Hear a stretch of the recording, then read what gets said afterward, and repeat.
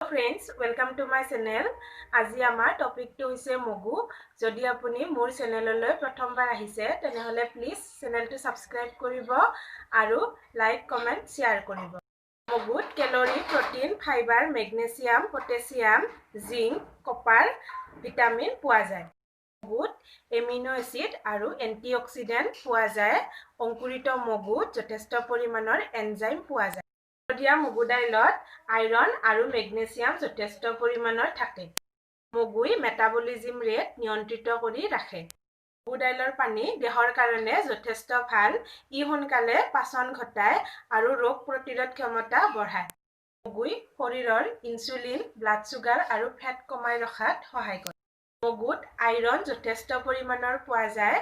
ই blood cell বিলাক active কৰি ৰাখে আৰু ব্লাড সাৰ্কুলেশনত সহায় কৰে।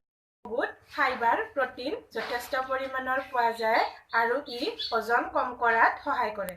অঙ্কুৰিত মগুত ভিটামিন সি প্ৰচুৰ পৰিমাণৰ পোৱা যায় আৰু ই চুলিৰ সমস্যা কম কৰে।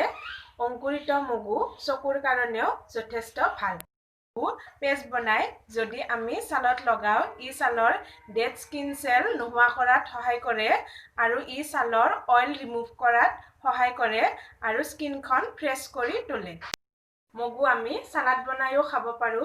মগু হেয়াৰ মাস্ক, ফেস মাস্কতো ব্যৱহাৰ হয়। আজিলৈকে এইখিনিয়ে। যদি আপোনাৰ ভিডিওটো ভাল লাগিছে তেনেহলে প্লিজ আমাৰ চেনেলটো সাবস্ক্ৰাইব কৰিব আৰু লাইক কৰিব, শ্বেয়াৰ কৰিব আৰু কমেন্ট কৰিবলৈ নাপাহৰিব।